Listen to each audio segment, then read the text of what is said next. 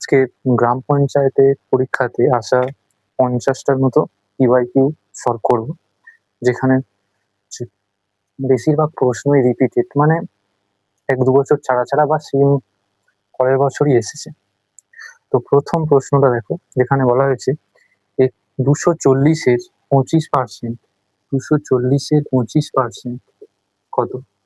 ঠিক আছে, তো পার্সেন্ট হটানোর নিয়ম হচ্ছে পার্সেন্ট হটিয়ে নিচে শুধু ১০০ দিয়ে ভাগ করতে হয়। তাহলে ২৪০ ইন্টু ২৫, নিচে হবে কি ১০০। এবার সিম্পল এটাকে কাটাকুটি করবো, ৪-২৫ ১০০, ৪ দিয়ে কাটলে ৪ ছক ২৪, ০।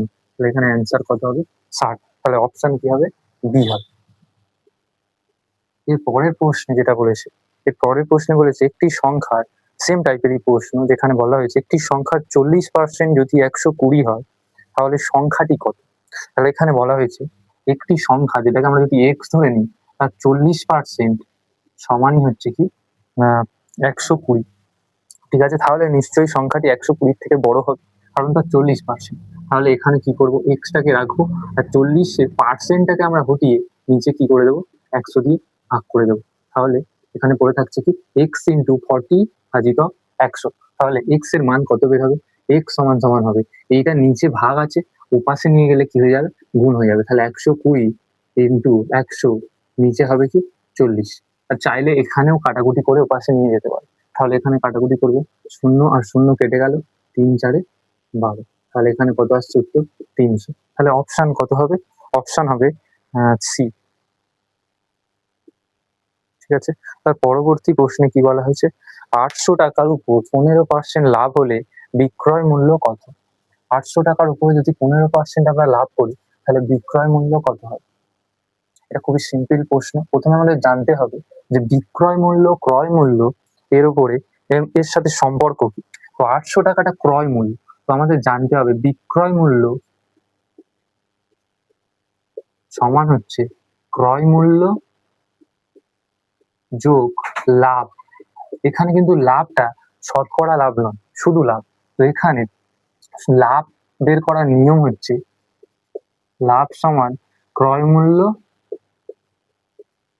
গুণ শতকরা লাভ ভাজিত ১০০।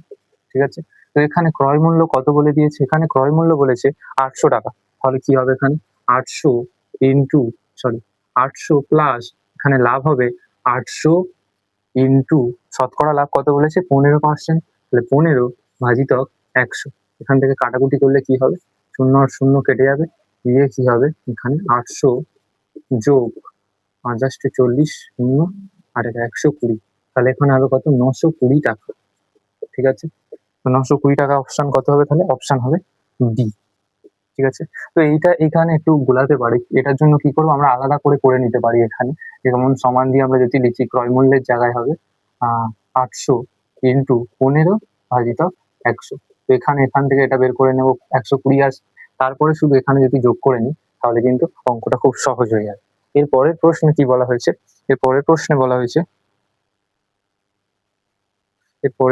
বলেছে যে ১০০০ টাকার ১০% হারে ২ বছরের সরল সুদ কত? ১০০০ টাকা নেওয়া হয়েছে, তার 2% হারে সুদে, 10% হারে সুদে ২ বছরের সরল সুদ কত? তো সরল সুদ বের করার নিয়ম হচ্ছে সরল সুদ সমান আসল ইন্টু সুদের হার ইন্টু বছর বা সময় লিখতে পারি, যেটা বছরে থাকবে, সময় ব্র্যাকেটে বছরে। ঠিক আছে, যদি মাসে দেওয়া থাকে সেটাকে আমাদেরকে কিন্তু ফার্স্টে বছরে লিখে নিতে হবে, নিচে থাকবে ১০০। ঠিক আছে, তো এখানে আমাদের আসল কত, আসল বের হচ্ছে ১০০০ টাকা, আর বার্ষিক সরল সুদ কত, বার্ষিক সরল সুদ আমাদের বেরিয়েছে 10%, আর সময় বলে দিয়েছে ২ বছর। তাহলে এখানে সরল সুদ কত বের হবে, আসল কত দেওয়া আছে ১০০০ টাকা, সুদের হার কত 10, আর সময় কত ২ বছর, নিচে কত ১০০ দিয়ে ভাগ। আর শূন্যগুলো কেটে দিলে, কাটাকুটি যদি করি, দুটো শূন্য কেটে গেল, তাহলে এখানে পড়ে থাকবে ২০০ টাকা। ঠিক আছে, তাহলে অ্যান্সার কত হবে, অ্যান্সার হবে সি, ২০০ টাকা। তার পরের প্রশ্নে বলা হয়েছে যে 12, 18, 24 এর এলসিএম কত? এলসিএম মানে হচ্ছে লসাগু কত? 12, 18 ও 24 এর এলসিএম কত?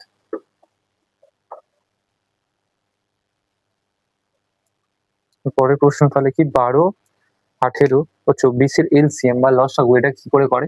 না, লসাগু করার নিয়ম 24, ঠিক আছে? লসাগু করলে যে কোনো দুটো দিয়ে যেই সংখ্যাটা বা যে ক্ষুদ্রতম সংখ্যাটা যাবে সেটা দিয়ে ভাগ করতে হবে। এবার প্রশ্ন আসতে পারে যে কোনটা দিয়ে করব?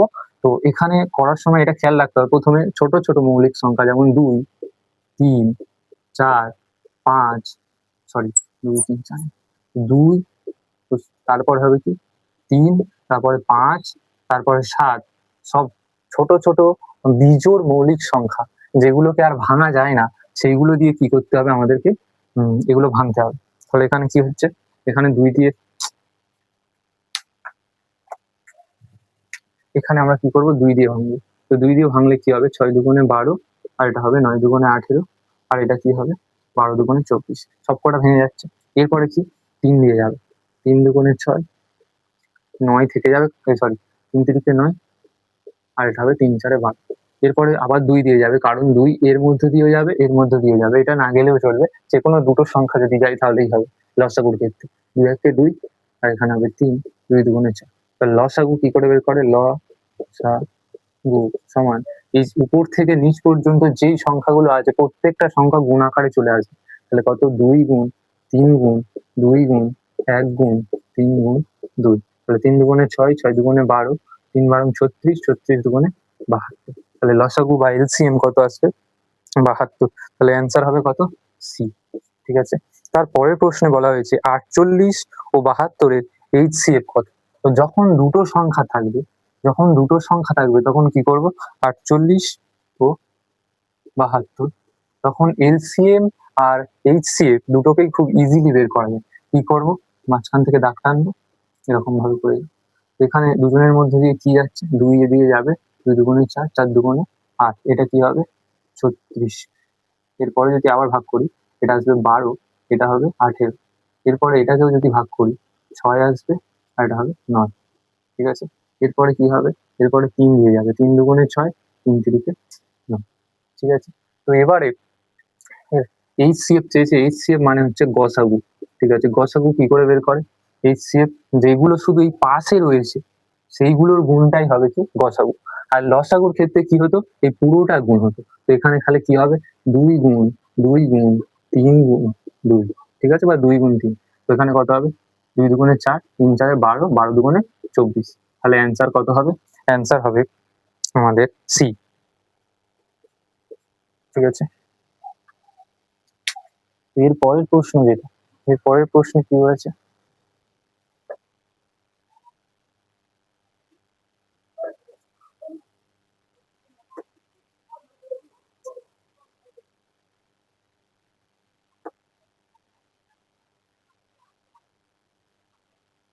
এর পরের প্রশ্ন বলছে 15:25 এর সরলতম অনুপাত কত?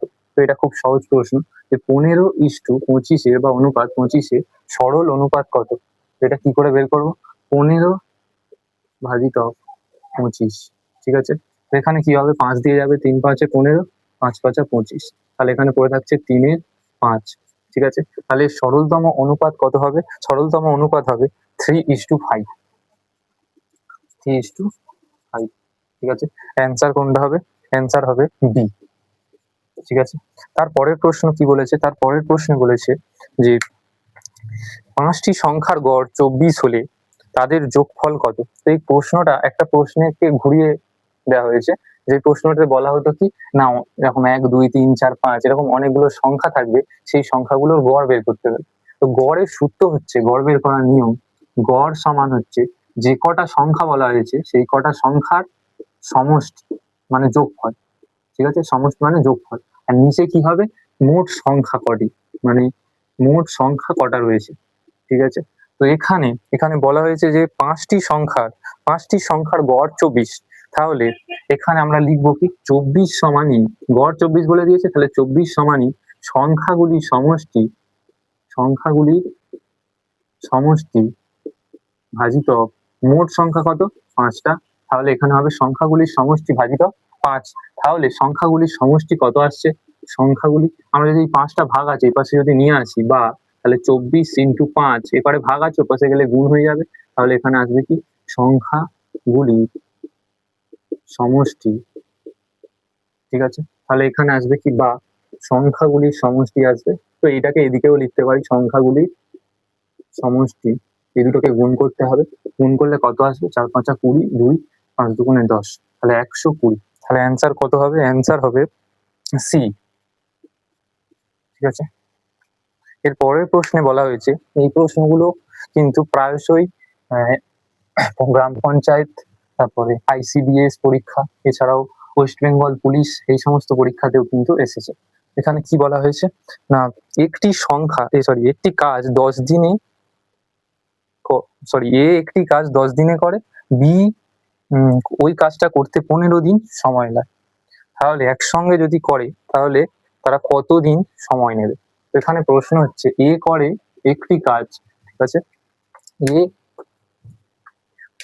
এ করে একটি কাজ যেটি সময় লাগে 12 দিন, তাহলে এ একটি কাজ করতে সময় নেয় 12 দিন। ঠিক আছে, তাহলে একদিনে সে কত কাজ করে, 12 দিনে কাজ করে সে কত না 1 অংশ। ঠিক আছে, তাহলে একদিনে কাজ করবে কত 1/12 অংশ।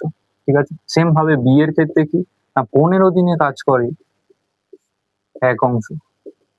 ঠিক আছে, তাহলে একদিনে কাজ করে কত 1/15 অংশ।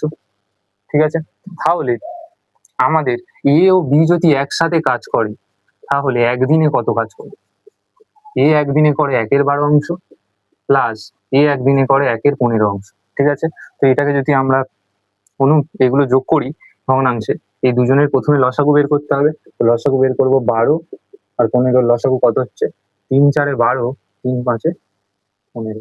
ঠিক আছে, এখানে কত আসছে 60 আসছে লসাগু, তাহলে 60 এখানে হবে 5 12 60, আর এটা হবে 4 15 60, তাহলে হবে কত 9/60। ঠিক আছে, তো 9/60 অংশ কি করে একদিনে কাজ করে দুজন মিলে। ঠিক আছে, তাহলে তাহলে এরা এরা হচ্ছে এই 9/60 অংশ করতে করতে সময় নেয় একদিন। ঠিক আছে, তাহলে 1 অংশ করতে কত সময় নেবে, 1 ভাজিত ঐকিক নিয়মে 9/60 দিন। ঠিক আছে, সমান কত হবে 60 ভাজিত এসব, 60টা উপরে উঠে যাবে, তাহলে 60 নিচে হবে 9 দিন। এখানে কাটাকুটি করে নিলে সুবিধা হতো, 3 3 9, 3 20 100। তাহলে এখানে ভগ্নাংশে আসছে, উত্তর কি ভগ্নাংশে দেওয়া রয়েছে, তাহলে ও সরি এখানে 10 দিন ছিল, এখানে 10 দিন ছিল এটা, তো এটা 10 দিন যদি থাকতো তাহলে কি হতো, এখানে আমি 12 দিন ধরে করেছি, তো অঙ্কটা অন্য হয়ে গেছে, মানে এক্ষেত্রে এটাই আসবে উত্তর 20 3 দিন। ঠিক আছে, অঙ্কটাই প্রশ্নটাই ঘুরে গেছে। তো এখানে যদি প্রশ্নটা ওই যেটা দেওয়া রয়েছে ওটা ধরে করি তাহলে কি হবে, এটা 10 দিন হবে।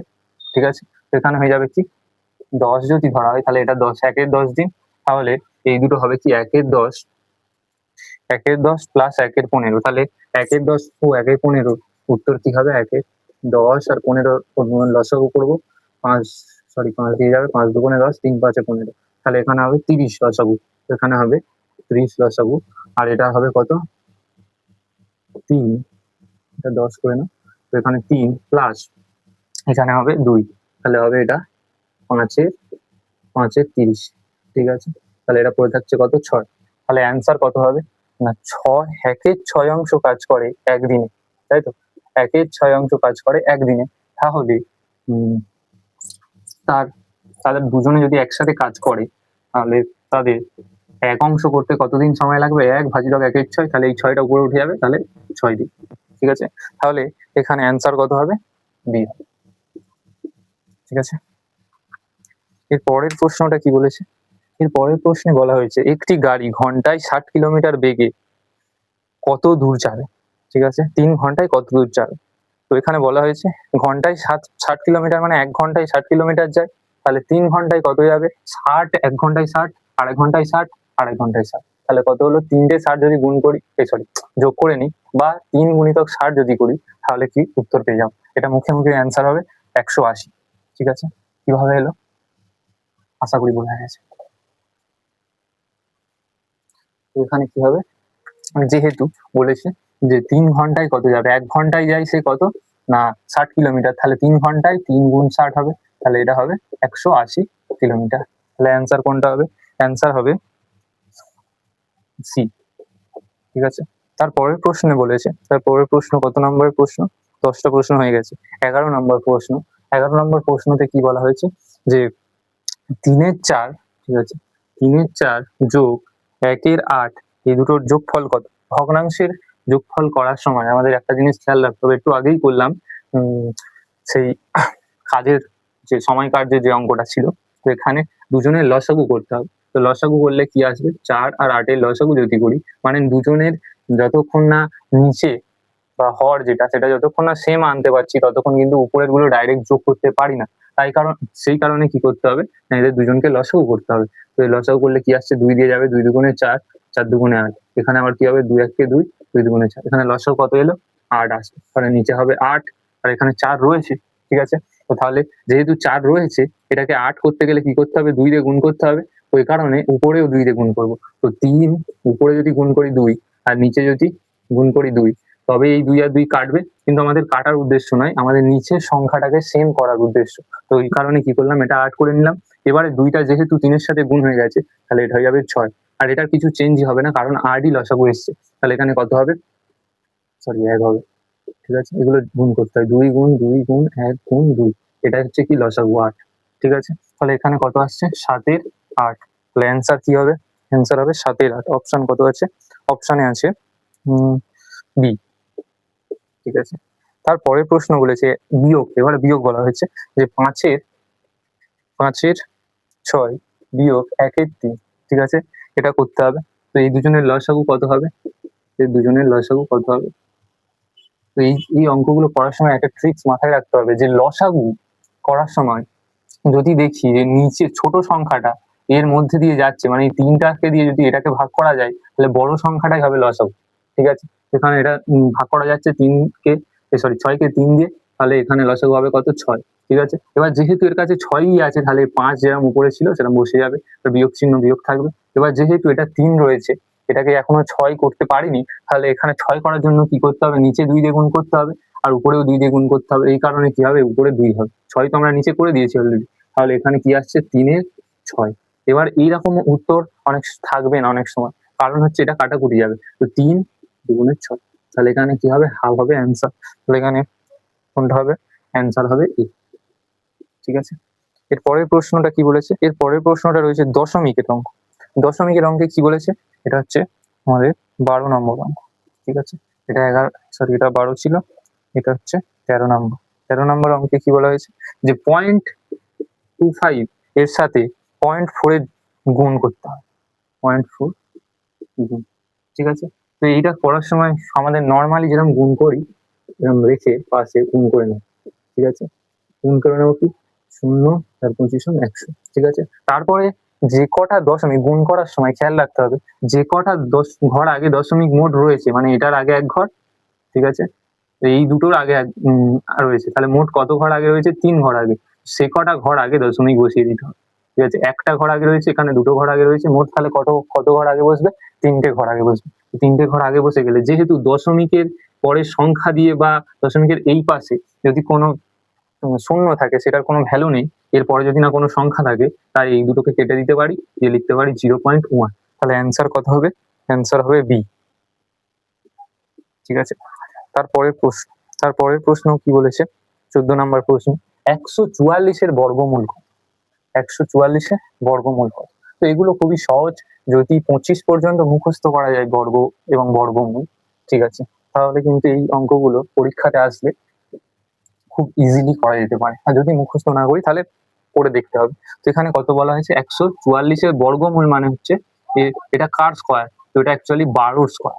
ঠিক আছে, তাহলে এর অ্যান্সার কত হবে, এই বর্গমূল 144, এটা প্রশ্ন করেছে যে বর্গমূল কার না 144-এ, এটার অ্যান্সার হবে 2। আর এই স্কোয়ার মানে কি, 12 গুণ 12, এই মাথায় যেটা থাকবে সে কটা সংখ্যায় কি আছে না গুণ রয়েছে। তো এখানে তাহলে বর্গমূল কত এসছে, 12 রয়েছে। তো এটা যদি ভাগ প্রক্রিয়ায় করি তাহলে কি করতে হবে, এটাও শিখিয়ে দিচ্ছে যে প্রথমে কি করতে হবে, এরকম দাগ টানতে হবে, এই দিক থেকে জোড়ায় জোড়ায় নিতে হবে, এইদিকে জোড়া, আর এখানে একটা পড়ে রয়েছে ওই কারণে এক আলাদা করে নেওয়া হয়েছে। এবার এমন একটা সংখ্যার বর্গ বা এমন একটা সংখ্যা নিতে হবে যার বর্গ এর থেকে এর সমান বা এর ছোট হয়, ঠিক আছে। তো একের স্কোয়ার কত হয়, এক, তো এই কারণে এখানে এক লিখে দিলাম, আর এখানে এটা করে থাকি, এখানে আসবে কত, বাকি যেই দুটো জোড়াই ছিল সেই দুটো নিচে বসে যাবে, ঠিক আছে। তারপর কি করব না, এইটার ডবল করে নেব, এটার ডবল কত, 2। এবারে এখানে এমন একটা সংখ্যাকে বসাতে হবে যেই সংখ্যাটা বসালে সেই সংখ্যাটা দিয়ে গুণ করলে এটা আছে। তো যদি আমরা এখানে এক বসাই, ধরো এক যদি বসাই, তাহলে এক দিয়ে গুণ করতে হবে, আসবে 21। এটার থেকে ছোট হচ্ছে, মিলছে না, তাহলে এখানে যদি আমরা 2 নিই, ঠিক আছে, 2 এর পরে সেটা তাহলে 2 দিয়ে গুণ করতে হবে, আসবে কত, 44। তখন কিন্তু উত্তর মিলে যাচ্ছে, তাহলে কি হবে, এখানে অ্যান্সার হবে কত, 12, ঠিক আছে। তো এগুলো এরকম করার থেকে ভালো এগুলো যদি মুখস্থ করে নেওয়া যায় খুব ভালো হয়। মানে এখানে 1 স্কোয়ার সমান 1, 2 স্কোয়ার মানে হচ্ছে 2 গুণ 2 সমান 4, ঠিক আছে। তো এই পাশে করে দিচ্ছি, 1 স্কোয়ার সমান হচ্ছে 1 গুণ 1 সমান হচ্ছে 1, 2 স্কোয়ার হচ্ছে 2 গুণ 2 সমান হচ্ছে 4, 3 স্কোয়ার 3 গুণ 3 সমান হচ্ছে 9, 4 স্কোয়ার 4 গুণ 4 সমান হচ্ছে 16, 5 স্কোয়ার হচ্ছে, এবার এগুলো সংখ্যায় দেওয়া আছে, এইটা যদি বর্গমূল বলে তা উল্টো কোনটা হবে, এই শুধু সংখ্যাটা হবে, ঠিক আছে। এটার বর্গমূল এরকম হবে, তাহলে এটা কি হবে, 5 গুণ 5 সমান হচ্ছে 25, 6 স্কোয়ার কত হবে, 6 গুণ 6 সমান হচ্ছে 36, 7 স্কোয়ার কত হবে, 7 গুণ 7 সমান 49, 8 স্কোয়ার কত হবে, 8 গুণ 8 সমান হবে 64, ঠিক আছে। 9 স্কোয়ার কত হবে, 9 গুণ 9 সমান হচ্ছে 81, 10 স্কোয়ার কত হবে, 10 গুণ 10 সমান হচ্ছে 100, ঠিক আছে। 11 স্কোয়ার কত হবে, 11 গুণ 11 সমান হবে 121, ঠিক আছে। 12 স্কোয়ার কত হবে, 12 গুণ 12 সমান হবে 144, 13 স্কোয়ার কত হবে, 13 গুণ 13 সমান হচ্ছে 169, ঠিক আছে। 14 স্কোয়ার কত হবে, 14 গুণ 14 সমান হচ্ছে 196, ঠিক আছে। 15 স্কোয়ার সমান 15 গুণ 15 সমান হচ্ছে 225, ঠিক আছে। এইগুলো যদি এরা মুখস্থ করে নিতে পারি তাহলে কিন্তু 25 পর্যন্ত যদি মুখস্থ করা যায় তাহলে কিন্তু অঙ্কগুলো করতে খুব সহজ বা ইজি ভাবে হয়ে যাবে। তো এখানে কি হবে, যদি বর্গমূল বলে তখন হচ্ছে এর উল্টোটা, এরকম 1 এর বর্গমূল কত হবে 1, 4 এর বর্গমূল তাহলে কত হবে 2, 9 এর বর্গমূল কত হবে 3, 16 এর বর্গমূল কত হবে 4, ঠিক আছে। 25 এর বর্গমূল কত 5, আর 36 এর বর্গমূল কত 6, 49 এর বর্গমূল কত 7, আর 64 এর বর্গমূল কত 8, 81 বর্গমূল 9, 100 বর্গমূল কত হবে 10, 121 এর বর্গমূল কত 11, 144 এর বর্গমূল কত 12, 169 এর বর্গমূল 13, 196 এর বর্গমূল কত 14, 100, 225 এর বর্গমূল কত 15। এরকম ভাবে যদি মুখস্থ করা যায় তাহলে কিন্তু অনেকটা সুবিধা হবে।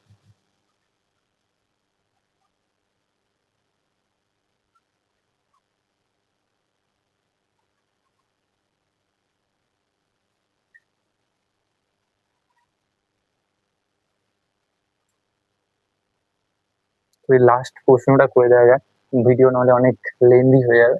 তো লাস্ট প্রশ্নটা কি, এর পরের পার্টে বাকি প্রশ্নগুলোও করানো হবে, ঠিক আছে। তো এখানে বলা হয়েছে 15 দাগে যে 12 স্কোয়ার প্লাস 5 স্কোয়ার কত, ঠিক আছে। তো 12 স্কোয়ার আমরা জানি, 12 স্কোয়ার কত, 12 স্কোয়ার হচ্ছে 144, তাহলে এখানে কত হবে 144 যোগ 5 স্কোয়ার কত 25, তাহলে এগুলো যদি যোগ করি কত আসছে 169, তাহলে অ্যান্সার কোনটা হবে, এবং অ্যান্সার হবে এ, ঠিক আছে।